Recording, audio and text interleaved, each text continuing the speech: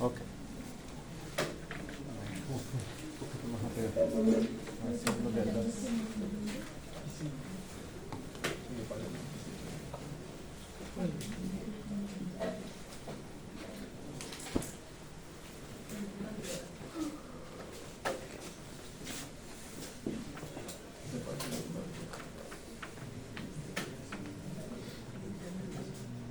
Bueno, entonces vamos a iniciar entonces con el intestino delgado. El intestino delgado tiene tres modificaciones que lo diferencia del resto del sistema digestivo. Todas estas modificaciones son las siguientes: los pliegues circulares o válvulas de Kerpen. Estos pliegues circulares o válvulas de Kerpen son pliegues transversales de la submucosa y la mucosa. ¿Qué quiere decir? Estas dos capas, mucosa y submucosa, forman una especie de elevación de los tejidos. Entonces se eleva el epitelio, se eleva el tejido conectivo, se eleva la muscular de la mucosa y se eleva la submucosa. Hace como una especie de plegamientos de esas dos capas. ¿Listo? Entonces forman las elevaciones semicirculares a ilecoideales. Son estructuras permanentes del duodeno, del yeyuno y terminan en las proximidades del igual.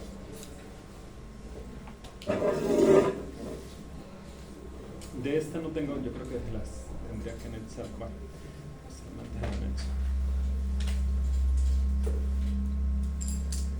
no tengo una foto, ya le muestro que sería la válvula de Kerpen.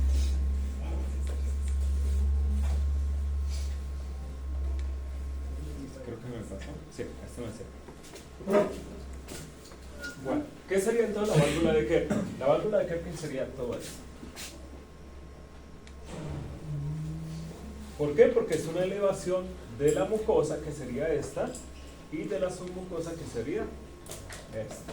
Entonces, ¿eso qué le permite al intestino delgado? Tener más contacto con el alimento. Bueno, en este caso con el quimo, ¿cierto? Para tratar de tener el mayor contacto para absorber los nutrientes. Por eso es bastante plegado esa zona. ¿Ustedes no han visto o han visto o han comido chinchulla? Sí. Que es intestino delgado. Sí. Bueno, si usted la mira así, se ve así, toda plegada. Pues efecto de esa misma válvula de Kerpen. Sí, sabe rico. Hay gente que le gusta, hay gente que no.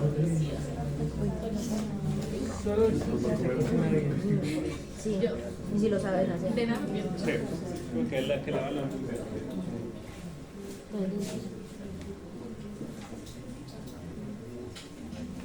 Bueno, las vellosidades. Las vellosidades entonces son salientes de la lámina propia recubiertas por epitelio, en este caso epitelio cilíndrico simple. Son estructuras permanentes y se encuentran más en el duodeno que en el yeyuno o el ilion. Y las vellosidades se incrementan en el área del intestino delgado en un factor de día. También, ¿qué es lo que hacen? Aumentar el área de contacto del intestino en este caso. Estas vellosidades son fáciles porque son precisamente las que se ven ahí como una especie de tentáculos o de dedos.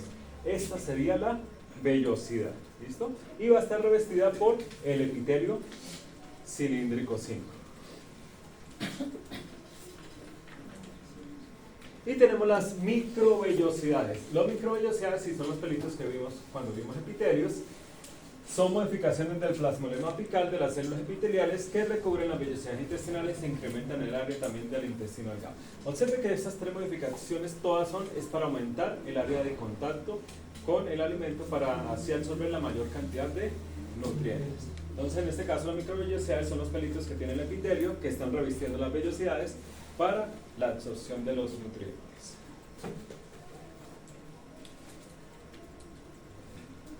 Bueno, además de las vellosidades, que son las salientes, acá en el intestino delgado la superficie sería esta, no como en el estómago, que sería la parte de arriba, ¿listo?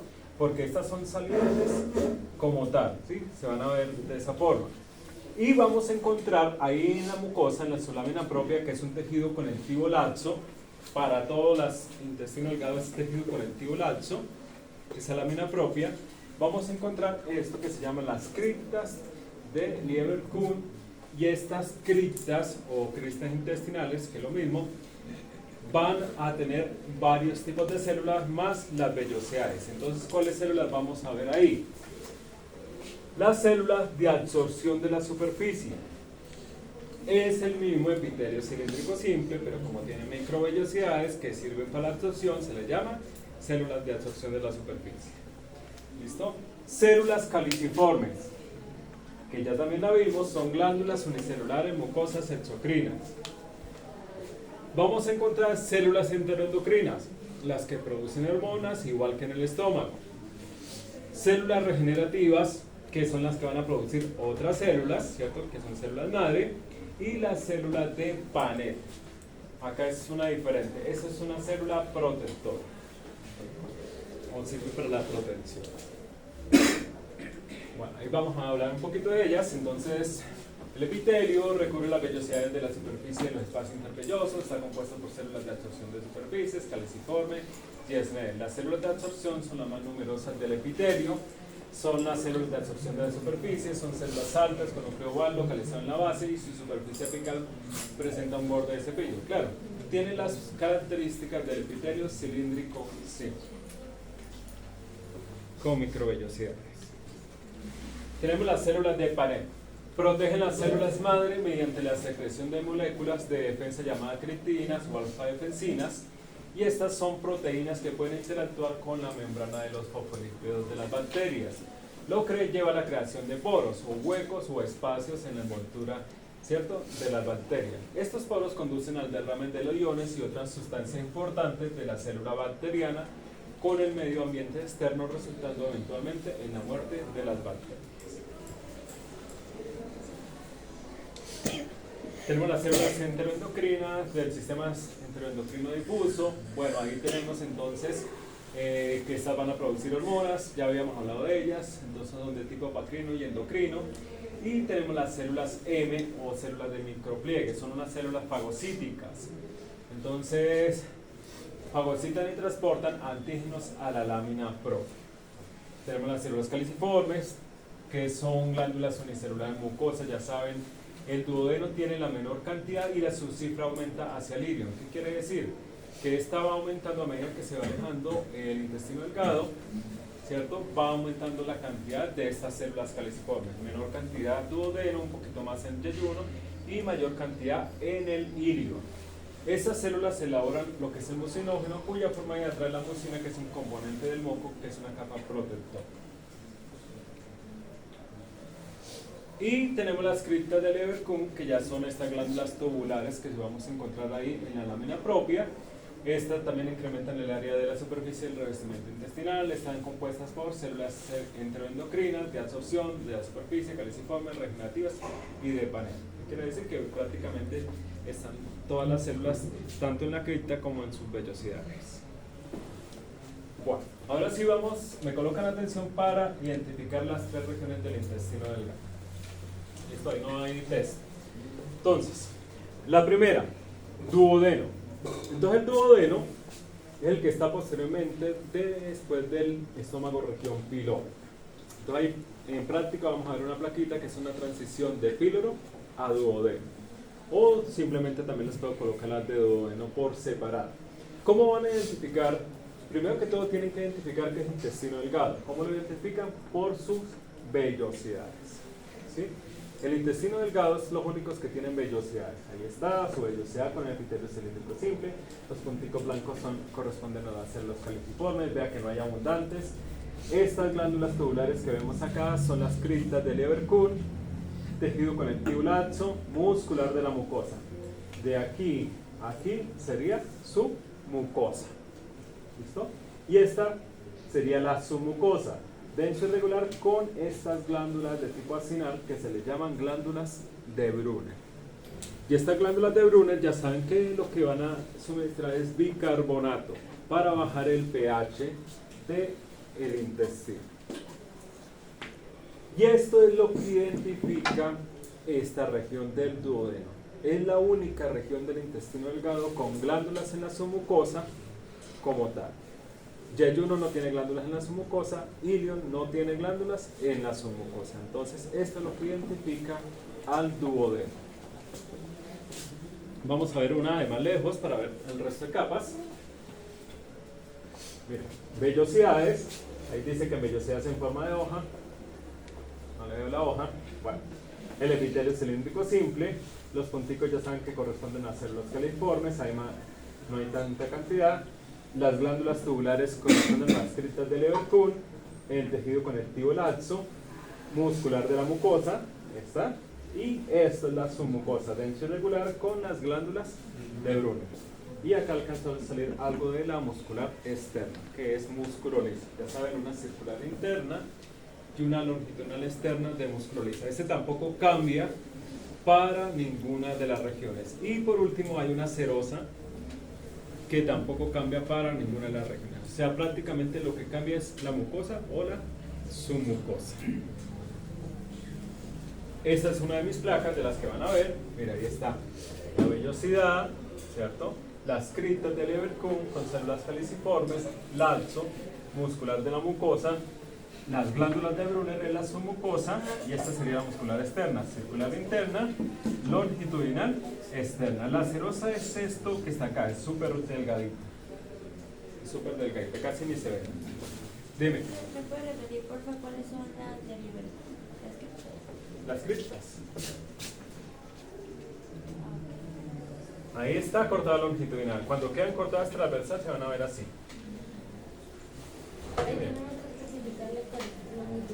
No, sino que para que no crean que es otra cosa. O sea, eso depende como lo hayan cortado. A veces se ven transversales, a veces se ven longitudinales, a veces quedan entre longitudinal y transversal porque quedan seccionadas. ¿Sí ves que no está completa? Pero eso es por lo que el mismo intestino es bastante plegado, pues no todas quedan cortadas de la misma forma.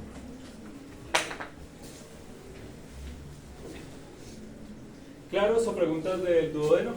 Está fácil. Yeyuno. El yeyuno, bueno, en este caso lo vamos a identificar simplemente por sus vellosidades. Si tiene una forma como más alargada, más redondeada, en forma de dicto o en forma de tentáculo, y no posee glándulas en su mucosa. Eso es lo único que tiene. Miren, las vellosidades, ¿sí? Se observan como un poco más largas, ¿cierto? Tiene sus criptas de Leverkuhn, la misma, ahí está como se escribe. La muscular de la mucosa, su mucosa, observen que no hay glándulas.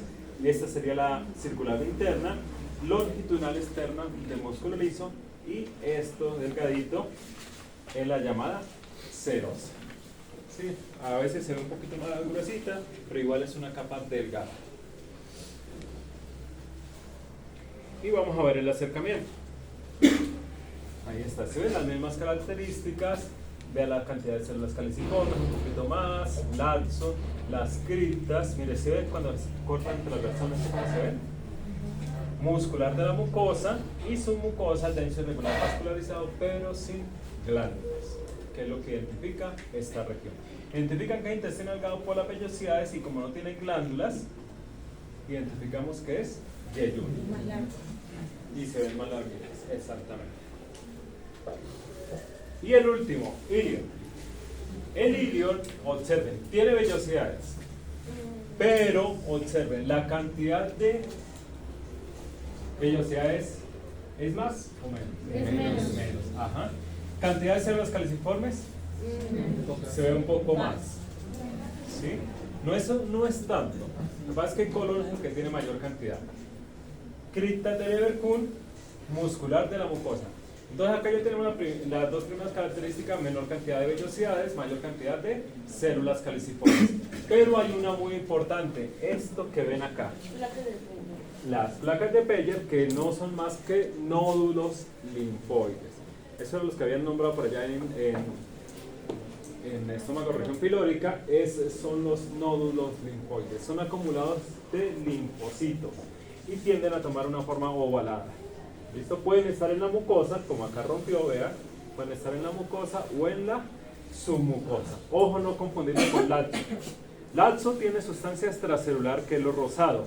¿Le ven sustancia extracelular? No, porque es una acumulación de linfocitos. ¿Listo? Entonces, nódulos linfoides pueden estar tanto en la mucosa como en la submucosa.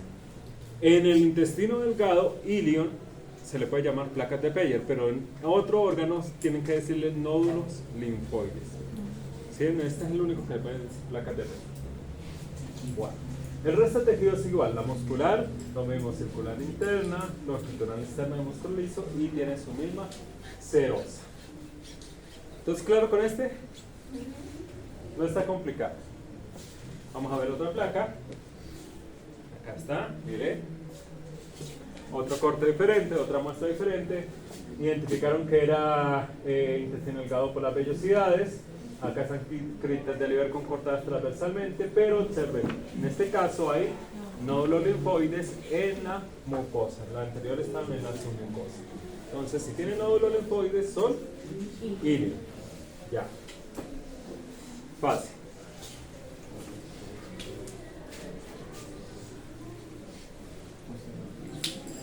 Intestino grueso.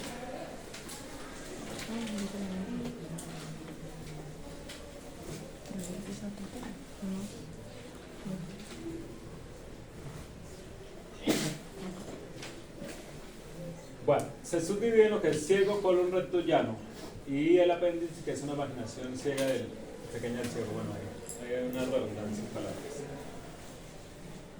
La mucosa del intestino grueso, entonces, tiene 4 tipos de células, que son las células absortivas cilíndricas simples, el mismo epitelio cilíndrico simple, o microvellosidades, células caliciformes, ojo, predominantes, ¿qué quiere decir? Que acá, a diferencia del intestino delgado, la cantidad de células caliciformes va a ser mayor.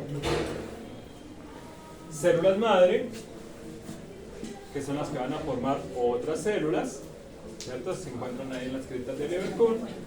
Y las células enteroendocrinas, que ya sabemos que están desde el estómago, intestino delgado y ahora el intestino grueso.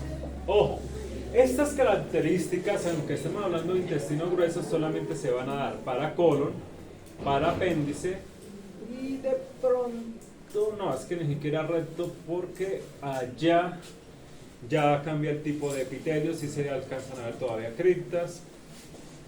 Bueno, digamos que colon, apéndice prácticamente sería.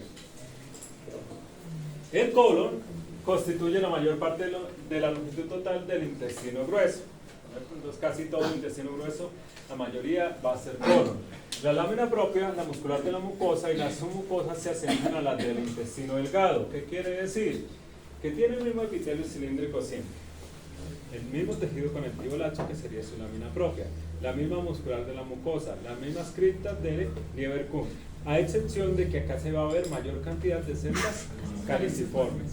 Su mucosa va a ser tejido conectivo denso y regular vascularizado. Hasta ahí siguen siendo las mismas características. ¿Qué no tiene? Acá no hay vellosidades. Aquí no vamos a ver vellosidades, ¿cierto? Que serían esas salientes. Entonces simplemente la superficie se va a ver onduladita, ¿sí? Sin huecos, simplemente apenas unas pequeñas ondulaciones. Bueno, hay otra diferencia en la muscular. Entonces la muscular externa es poco común porque la capa longitudinal de toda su superficie se reúne en 3 listones estrechos de fascículos musculares conocidas como las tenias del colon. El tono constante de las tenias del colon produce el intestino delgado en saculaciones llamadas austras del colon, y la serosa muestra múltiples bolsas llenas de grasa. Bueno, nos está diciendo acá que entonces es común ver en la muscular externa fascículos musculares. ¿Sí? A eso es lo que se está refiriendo. Quiere decir que no va a estar como una sola masa de músculo, sino puede estar dividida por tejido conectivo, por perimecio, para dividirlo en fascículos. Entonces es común verlo en eje muscular externa. Y en lo que sería la serosa, entonces es muy común verle tejido adiposo. ¿Cuál tejido adiposo? El unilocular. Aunque también si está muy gorda, si está bastante obesa la persona, también se puede ver tejido adiposo en la submucosa. Bueno, vamos a ver entonces las características que acabamos de nombrar. Miren la superficie. ¿Ven vellosidades? Sí, No, ¿cierto? Mire que se ven algunos pliegues, pero no son tan abundantes. Cantidad de células caliciformes, muchas, tanto en la superficie como en las criptas. Ahí está la cripta, el laxo, el epitelio cilíndrico simple. Muscular de la mucosa, señor. No, entonces no serían glándulas tubulares. Sí. Sí, pero una pregunta, profe, ahí. Dime. Habla. Bueno, ahí las que están superficiales, ¿esto siguen siendo unicelulares o ya hacen parte de la mucosa? Acá hacen parte de la glándula, Ahí porque son- acá están formando Sí. por las células madre. Y acá funcionan como glándulas unicelulares, mucosa. Recuerde que acá hacen parte de la glándula tubular, exocrina, multicelular, simple. ¿Listo? Y acá es glándula unicelular. Acá, perdón, dije unicelular, multicelular, dice multicelular simple. Y acá es una glándula unicelular, mucosa, exocrina. ¿Listo? Bueno. Ahora usted.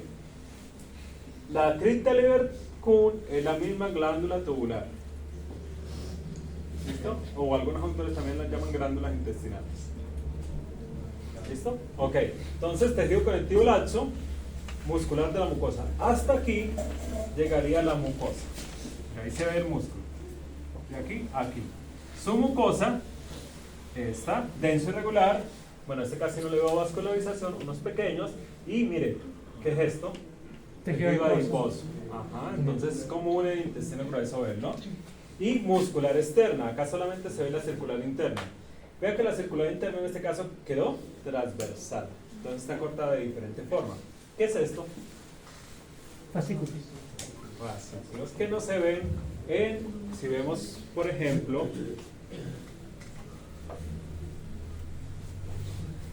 ¿se ven fascículos? No. Se ve la división entre circular y longitudinal. ¿Sí ves? A eso es lo que se refería el test. Entonces, es común verlos en el colon. ¿Listo? ¿Claro? Está fácil. El único que no tiene vellosidades, y tiene criptas, tiene abundantes células caliciformes. Ahí solamente le preguntaríamos que... Pregunta. No. Colon es la región, no es el órgano. Entonces, si yo coloco nombre del órgano, tienes que colocarme intestino grueso, talla Región colon. colon. ¿Por qué? Porque es que hay varias regiones. Igual, estómago, si usted solamente me coloca estómago, no se la valgo. Estómago, región, tal. Y ahí nos puede señalar cualquier cosa, la piel de Cualquier cosa. Todos los tejidos, todas las estructuras, cualquier cosa. Obviamente algo que no, con el pelo indicador, pues no vaya, porque ustedes como tienden a mover, sino que por lo menos sea grandecito. Por ejemplo, una cripta o una capa, porque ya una célula me queda complicado. Bueno, aunque sí lo voy a hacer en algunos órganos porque ya es por ejemplo, en testículo y eso que me toca alguna célula específica. Por las divisiones. Sí, simplemente me dice, me revisa y ya. ¿Listo? Bueno, esto es un acercamiento de una cripta, de la muscular de la mucosa. Bueno, ahí está mostrando algunas células enteroendocrinas, pero igual ya les dije que no las vamos a identificar. Por ejemplo, células enteroendocrinas. Apéndice. El apéndice, entonces la lámina propia es un tejido conectivo laxo, lo mismo, tiene epitelio cilíndrico simple. Bueno, pero acá hay una característica del apéndice. ¿Y el apéndice cuál es el cierre? Apéndice es una región del intestino. Mira, nódulos linfoides, igual que en el ilion, pero aquí no lo van a confundir. ¿Por qué? Porque ilion tiene ¿qué? Vellosidades. Y la región del intestino grueso no va a tener estas vellosidades. Además que el apéndice es una estructura pequeña, generalmente sale todo en el corte histológico. Bueno, el resto de cambios del resto del órgano es igual que el intestino grueso. Va a tener la misma muscular de la mucosa, la submucosa es denso irregular vascularizado, puede tener tejido adiposo Y los nódulos linfoides pueden estar tanto en la mucosa como en la submucosa. ¿Listo? Tiene también su serosa, que también puede tener tejido adiposo. Entonces vamos a ver. Enumero las características. Observen la superficie. ¿Se ven vellosidades? No. No. ¿Cierto? Se ve igual que el colon. Abundantes células caliciformes en la superficie, abundantes células caliciformes en las criptas. Laxo, pero mire la diferencia.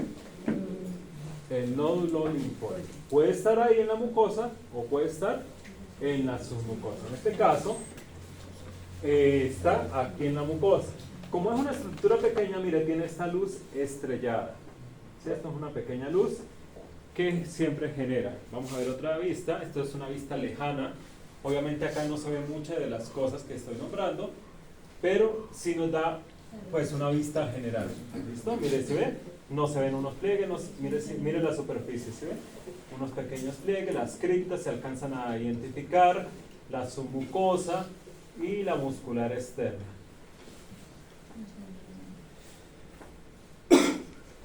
Bueno, voy a quitar estas y ya seguimos.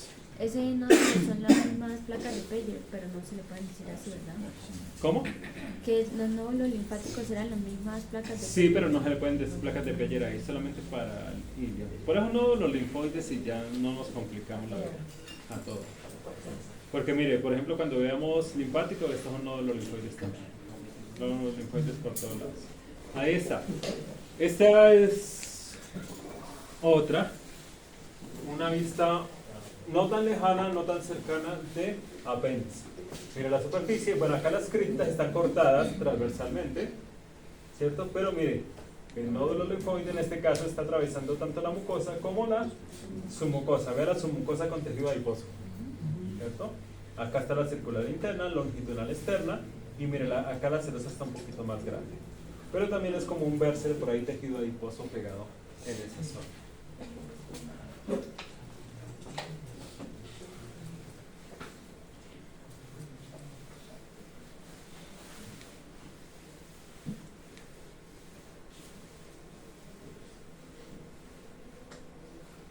Esta no sale completa.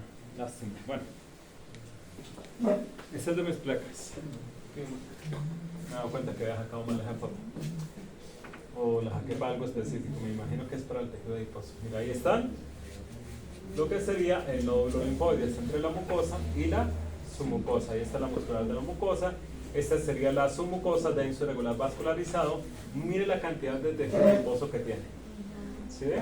Acá está la circular interna, longitudinal externa, músculo liso y la serosa al final. Bueno.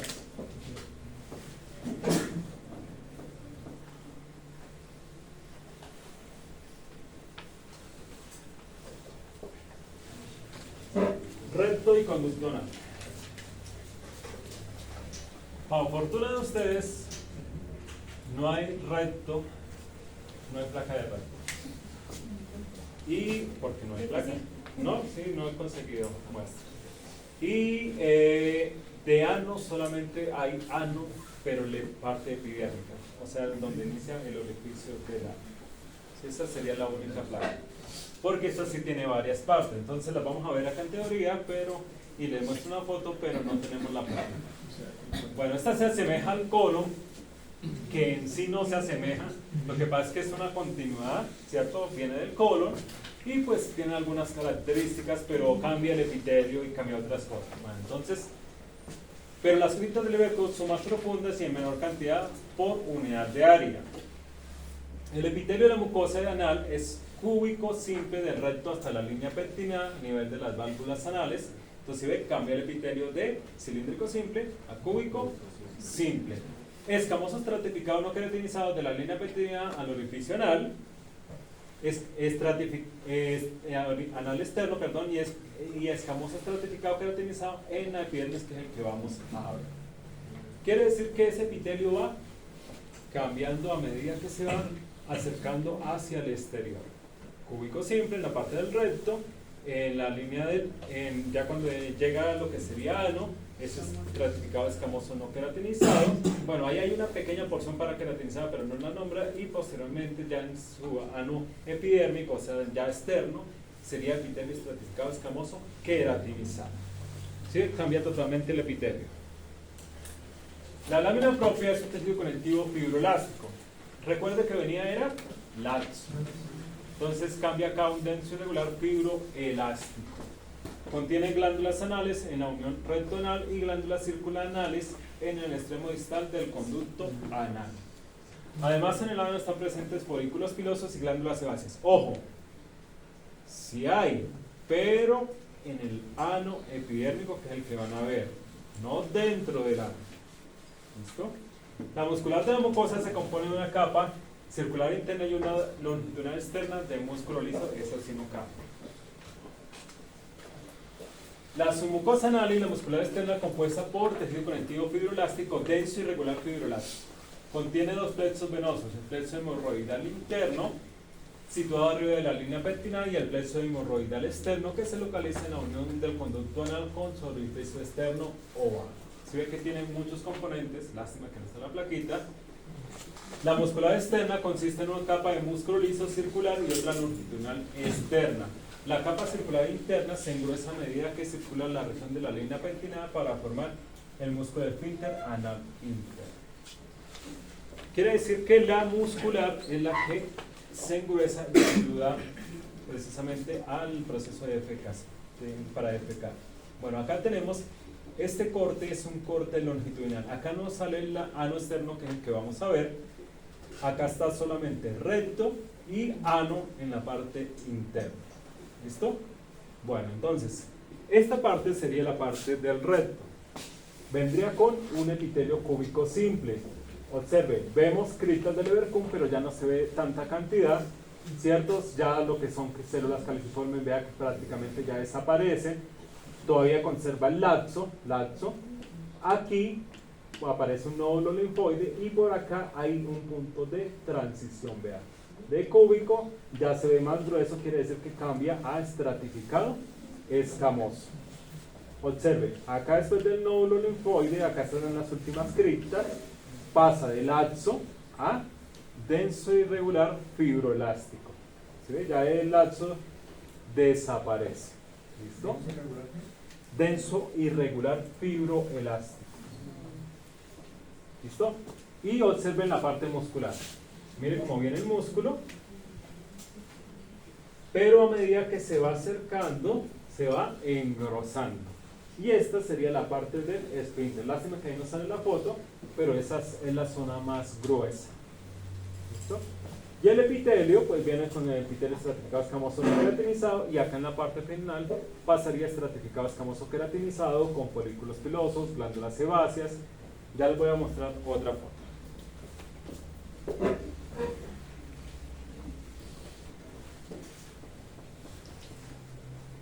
Algún día la conseguiré. ¿Son raras o...? Es por el tipo de corte, sí, Ah, son ok. raros. Es un corte longitudinal para ver esas transiciones, pero es un poquito más complicado.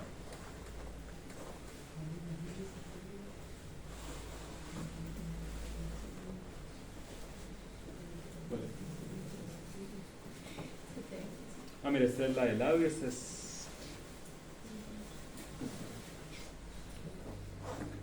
Esta no es lengua real. Sí. Corpúsculo Meissner. Yo ayer le pasé esto a algún compañero, ¿cierto? A que la suba.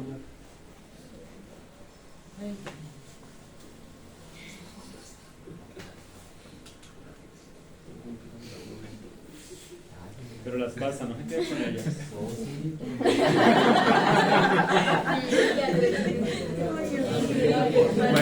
Bueno, vamos a ver estas tres fotos. Esta es una foto dividida de recto y ano. ¿Listo? Y esta sería una completa.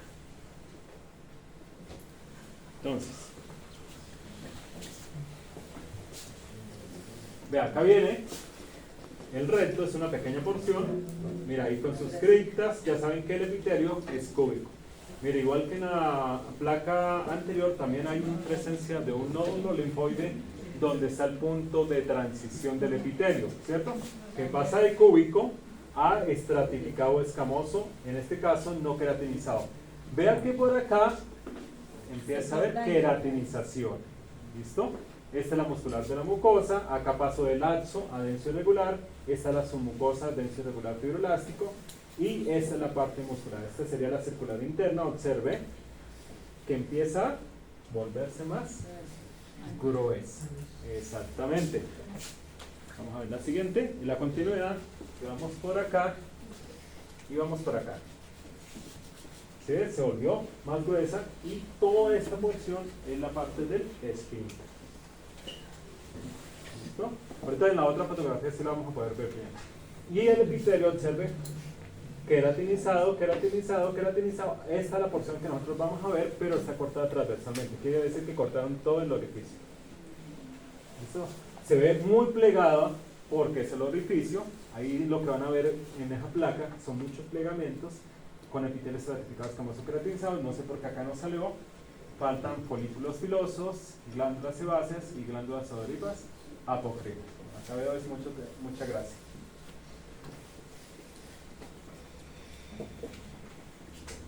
Lo mismo acá.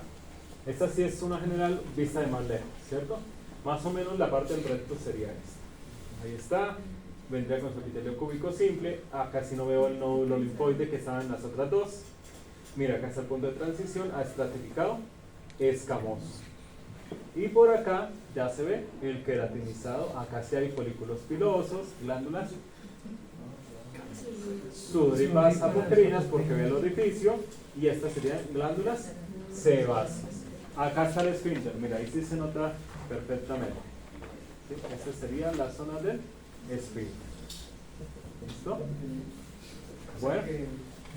El ano comienza cuando pasa estratificado escamoso.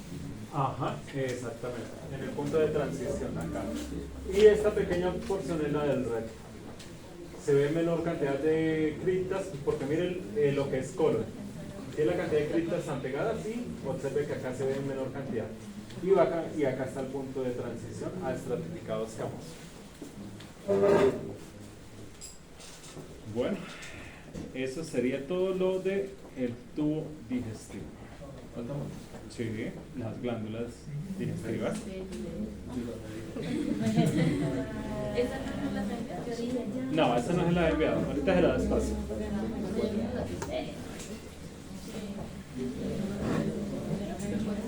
Pero son las 9. Puede que sí alcancemos. Estas son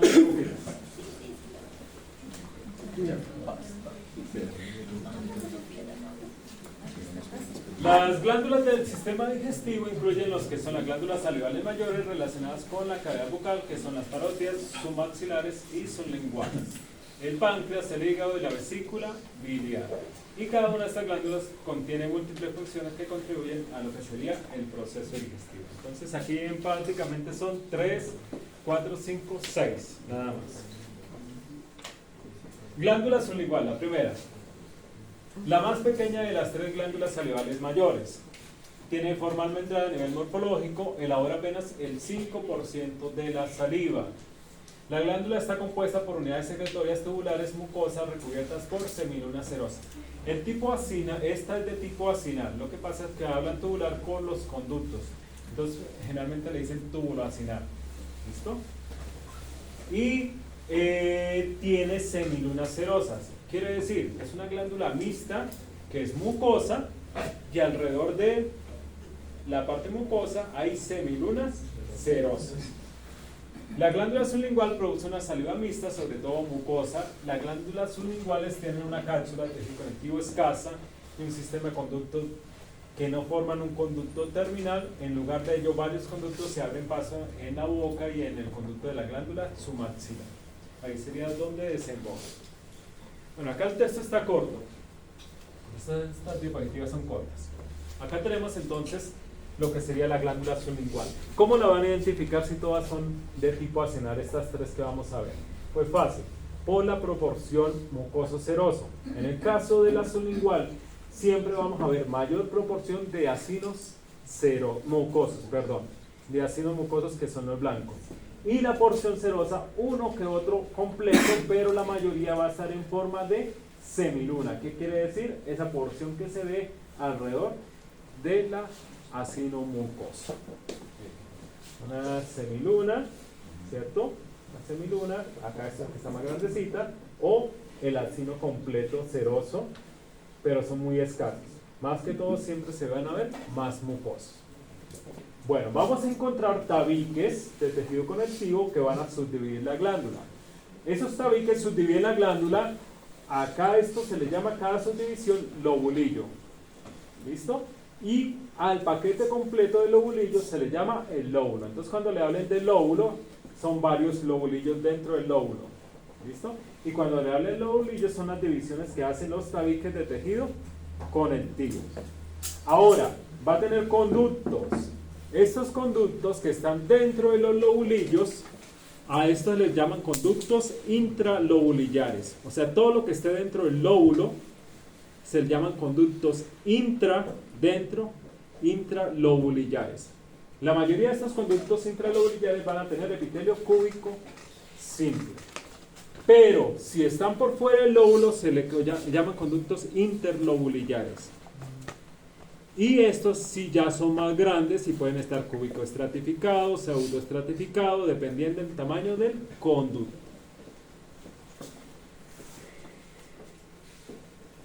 Bueno, acá hay otra fotografía de otro libro, miren. Acino seroso, acino mucoso y las semilunas serosas. Estas son igual porque miren la mayor cantidad es mucosa.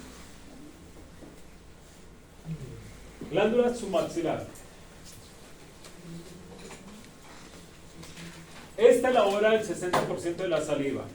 Casi el 90% de los acinos produce saliva serosa. Mire que la anterior era solamente el 5%.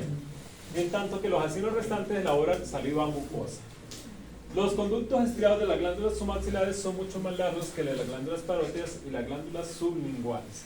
También tiene una cápsula de tejido conectivo. El denso irregular de la glándula submaxilar es extensa y forma tabiques que se dividen las glándulas en lóbulos y lobulillos, igual que la anterior.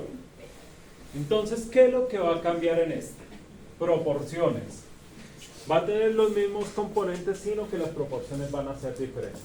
Conductos, ¿cierto? Este serían los tabiques. Entonces, este es un lobulillo, otro lobulillo, otro lobulillo y otro lobulillo. Como están todos dentro del lóbulo, todos estos conductos se llaman conductos intralobulillares. ¿Listo? Acinos mucosos. Mire que tienen los núcleos en la periferia. Acinos serosos. Pero si vemos la totalidad de la glándula, ¿qué proporción hay mayor? Serosa. Entonces, así identifican que es la glándula submaxilar. ¿Listo? Acá pueden verse también algunas semilunas serosas, pero observe que la mayoría son acinos serosos completos.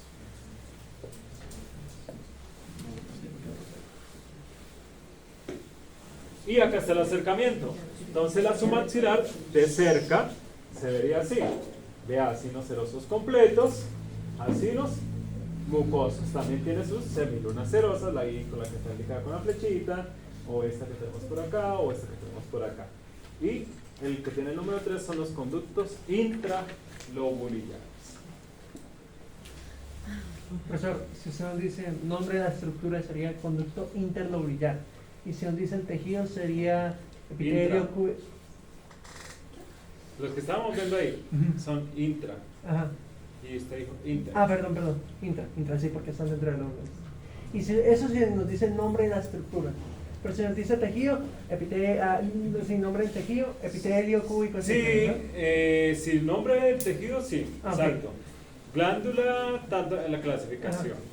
Si nombre de la estructura sería el conducto tal, y si con nombre del órgano sería glándula submaxilar. Ok, listo. Y si pido todo, pues todo. La parótida.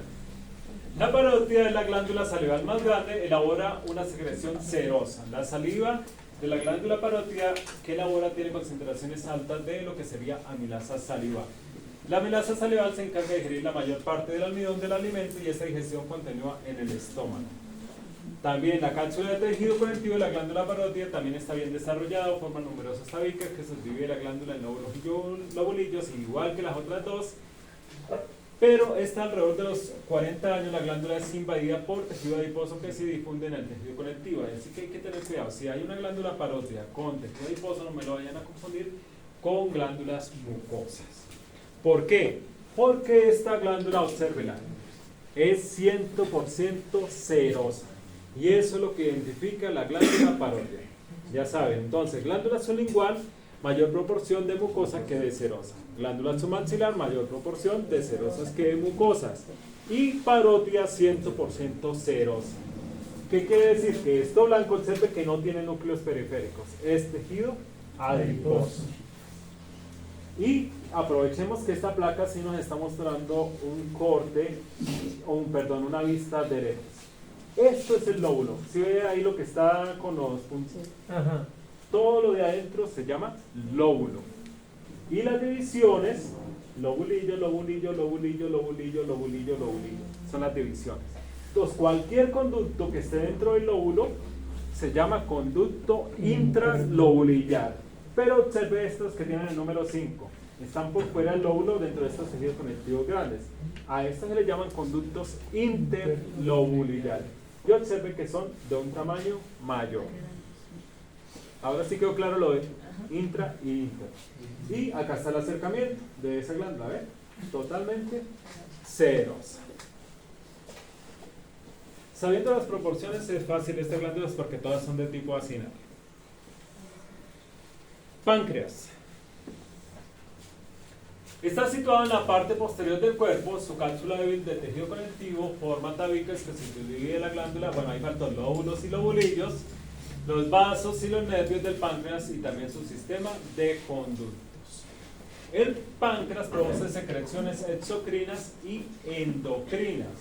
Por eso en otro tipo de clasificación este también es considerado mixto, pero no mixto porque sea en la clasificación exocrina que es mucosa y serosa, no, este es mixto porque tiene secreción exocrina y secreción endocrina. Los componentes endocrinos del páncreas son los islotes de Langerhans. Están dispersos entre los acinos secretores exocrinos. ¿Qué quiere decir? Esta glándula tiene, la parte exocrina es serosa, igual que la parótida. Quiere decir puros acinos serosos. Pero lo que la identifica esta glándula son los islotes de Langerhans. O sea, para que no me lo vayan a confundir con parótida, para que sea páncreas tiene que tener islotes de Langerhans. Bueno, esto no lo vamos a ver, pero acá están cómo está estructurada la parte exocrina. Es una glándula tubuloacinada compuesta, produce a diario 1200 mililitros de un líquido rico en bicarbonato que tiene proenzimas digestivas de 40 a 50 células acinales que forman un acino oval y cuya luz está ocupada por 3 a 4 células centroacinales que es el inicio del conducto del páncreas. Bueno. Acá tenemos entonces el corte histológico. Tenemos dos tabiques, esto sería un lobulillo, otro lobulillo, otro lobulillo. Bueno, acá por el corte nos está mostrando lo que sería cómo se ve el conducto de lejos, perdón, la parte de división del lóbulo de lejos para identificar este conducto. Pero sí nos está mostrando acá lo que son los acinos serosos, que es lo que se ve en mayor cantidad, y este es el islote de Langerhans. El islote de Langerhans es endocrino, es de tipo cordonal. ¿Se ve que son células sueltas ahí? ¿Listo?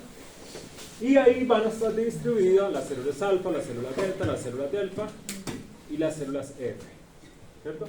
Que son las diferentes células que conforman lo que sería el islote de Langerhans. Entonces, puros acinos serosos más el islote para identificar este páncreas. Bueno, entonces vamos a hablar del páncreas endocrino. Apenas representa el 2% de la masa pancreática. Quiere decir que no es que sea tan abundante en estos islotes. Siempre se van a ver así, ¿cierto? Una estructura ovaladita de diferentes tamaños, unos más pequeños, unos más grandes, pero siempre con sus células sueltas porque es de tipo cordonal. formado por hilos de Langerhans dispuestos por la glándula pancreática. Cada islote entonces comprende lo que son los cordones, porque es de tipo cordonal, anastomasados de células endocrinas. Entonces tenemos las células alfa, células beta, células delta y células F. Cada una va a secretar una hormona diferente, porque nosotros estamos siempre que páncreas, insulina, pero no es la única sustancia o no es la única hormona que se produce ahí. Y un componente vascular. ¿Por qué vascular? Acá es importante. Porque si tenemos componente endocrino, recuerde que ya no envían a través de conductos, sino a través de los vasos. Entonces, un componente vascular, que es el sistema porta insuloacinar, que comprende una arteriola aferente que da origen a una red capilar revestida por células endoteliales. Las vénulas que salen de los islotes de Langerhans aportan sangre a los acinos pancreáticos adyacentes. Y este sistema porta permite la acción local de las hormonas del páncreas exocrinas. Quiere decir que las mismas hormonas que se están produciendo a través de los mismos vasos que están recogiendo las hormonas pueden influir internamente al mismo páncreas en la parte exocrina. Bueno, ¿y qué hormonas se producen? Las células alfa producen lo que es el glucagón, las células beta producen la insulina, las células delta secretan la gastrina y somatostatina, y las células F elaboran lo que es el polipéptido pancreático.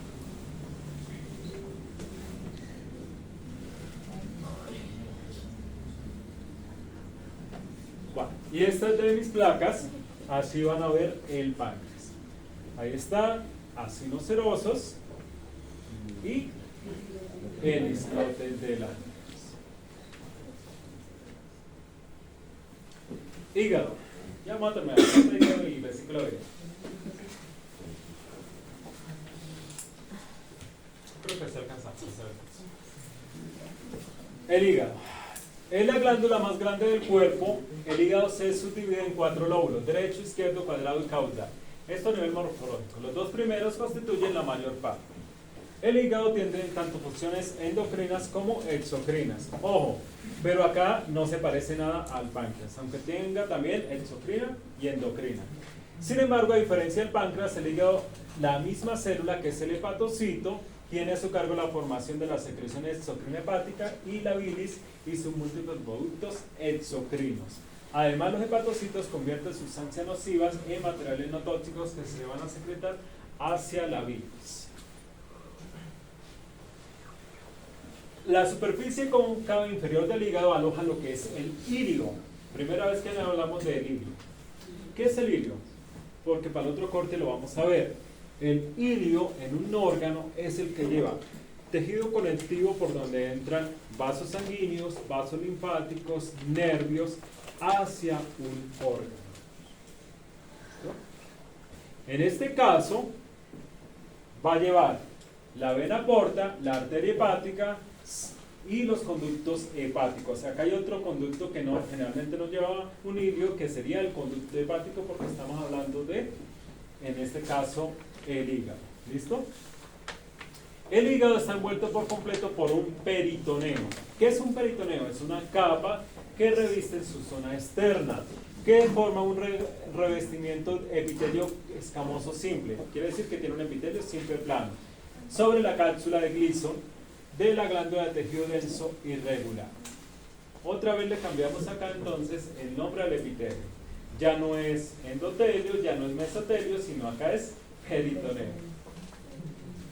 ¿Listo? El hígado es poco común porque sus elementos de tejido conectivo son escasos. Por tanto, casi la totalidad del hígado está compuesto por células parenquimáticas uniformes, que son los hepatocitos. Bueno, el hígado es fácil.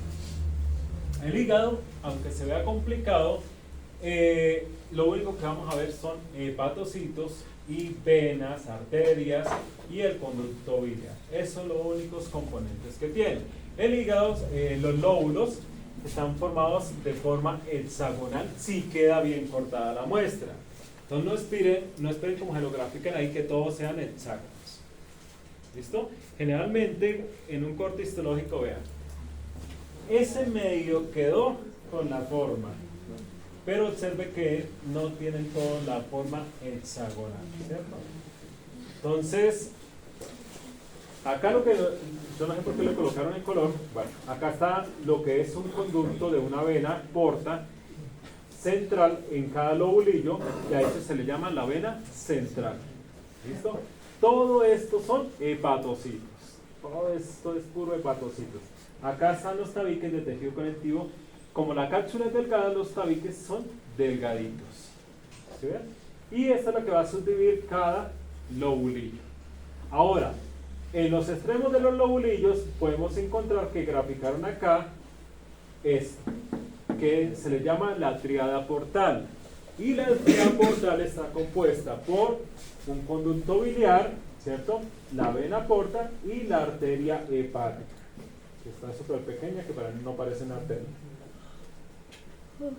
Ya eso es lo que se le llama la tríada portal: arteria hepática, conducto biliar y la vena porta.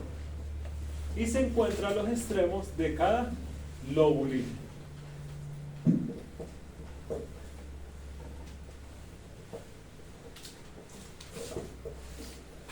Bueno, ahí está vista la vena central de cerca. Es súper delgada. Como es una vena, observen que las paredes son delgaditas. Y estos son los hepatocitos. Esto no es manchas. Esto es una coloración especial con tinta china para ver las células de Kupffer, que son... Eso ya lo pregunté en el primer corte. ¿Qué son las células de Kupffer? Ah, ok. Macrófagos. ¿Listo? Pero eso no lo vamos a ver nosotros. Espera un segundito, les muestro la fotografía de mis placas, la del hígado que van a ver. Bueno, ahí está, ahí está mostrando también lo que sería una tríada portal, una vena porta o centrolobulillar, que lo mismo, la vena central y los hepatocitos. Por acá hay otra. Así está. Están cansados, ¿no? Cada rato.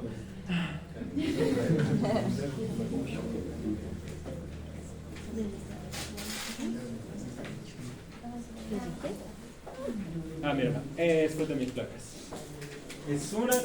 Es la única que tiene un solo lobulillo, lobulillo hexagonal. Mira. 1, 2, 3, 4, 5 y 6. Y una tríada portal. Así se ve. Es de mis placas. Pero es la única que tiene ese lobulillo. El resto no están tan... O sea, sí tiene lobulillos, pero no están tan Definido. definidos. Gracias. Tríada portal.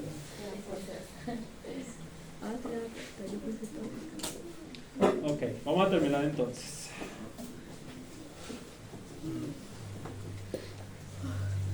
Composición de la bilis. El hígado humano produce unos 600 mililitros de bilis al día. La bilis contiene componentes orgánicos como son los ácidos biliares. El componente principal son los fosfolípidos, sobre todo lo que son lecitina, colesterol, pigmentos biliares y bilirrubina, y sus componentes inorgánicos. Esa sería entonces la composición de la bilis.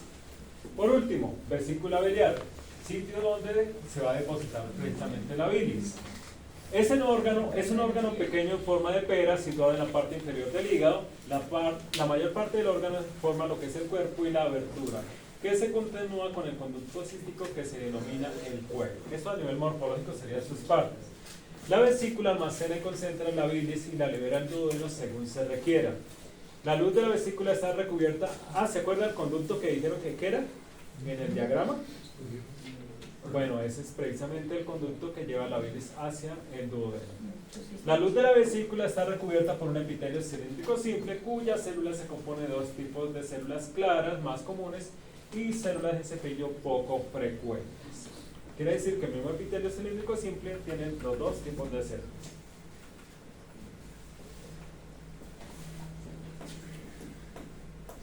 La lámina propia está compuesta por un tejido conectivo laxo, vascularizado, que contiene abundantes fibras, también de denso y regular. Quiere decir que vamos a tener el epitelio cilíndrico simple laxo y denso y regular, y fibroelástico y colagenoso. O sea, hay una mezcla de las dos. ¿Para qué le permite al órgano? Ser un poco flexible. En el cuello, la lámina propia alberga glándulas tubuloalveolares simples que producen una cantidad pequeña de moco para lubricar la luz de esta región contraída. Y la capa de músculo liso delgada de la vesícula biliar se compone sobre todo de fibras de orientación oblicua. Quiere decir que prácticamente todas las fibras van en un solo sentido. La adventicia de tejido conectivo está unida a la cápsula de Gleason del hígado, pero se puede separar con facilidad. La superficie no unida de la vesícula biliar está revestida por un peritoneo que le proporciona serosa epitelial escamosa simple lisa. Bueno, acá nos está diciendo entonces que en el caso de la vesícula biliar podemos encontrar un peritoneo o no, dependiendo. Si está unida a la cápsula de Gleason no la vamos a ver, pero si es la zona expuesta, sí. O sea, en pocas palabras, si está unida al hígado, ¿cierto? No vamos a encontrar ese peritoneo, pero si es la zona que no está unida al hígado, sí vamos a encontrar ese peritoneo que es el epitelio simple plano. Bueno, ¿cómo vamos a ver la vesícula biliar? Es un órgano bastante plegado, mire, tiene unos plegamientos, van hacia diferentes lados, ¿cierto? Parecen vellosidades, pero no son rectas, sino se ven así como acostados, se ven los plegamentos de la mucosa, mire, el epitelio cilíndrico simple, el laxo, posteriormente denso y regular. Puede haber acumulados de linfocitos. ¿Cómo sé que son acumulados de linfocitos y no laxo? Porque esta no tiene tejido extracelular y este sí. ¿Listo? Muscular y su adventicia. La adventicia, recuerden que es grande, la serosa es pequeña.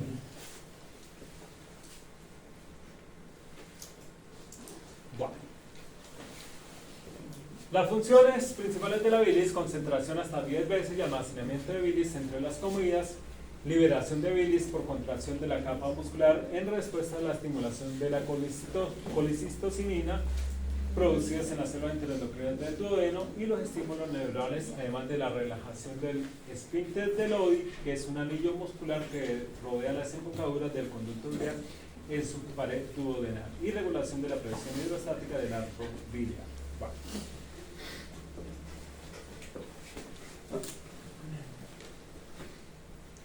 Entonces, por acá está.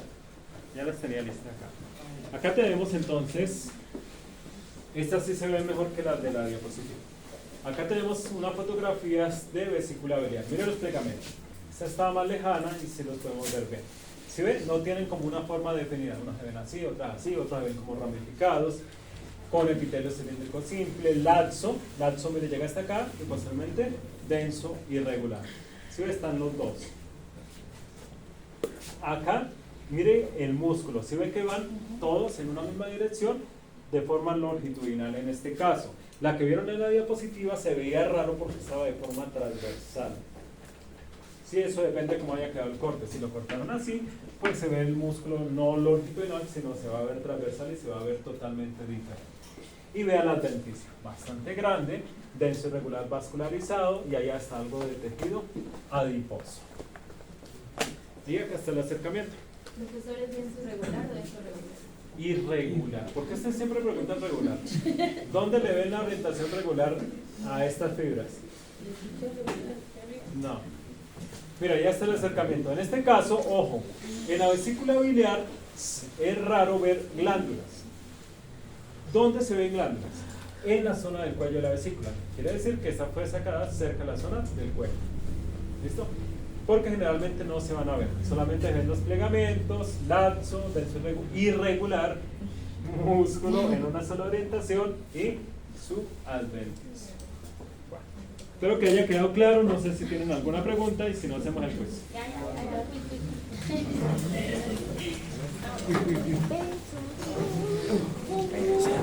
¿Durmió bastante? Hombre,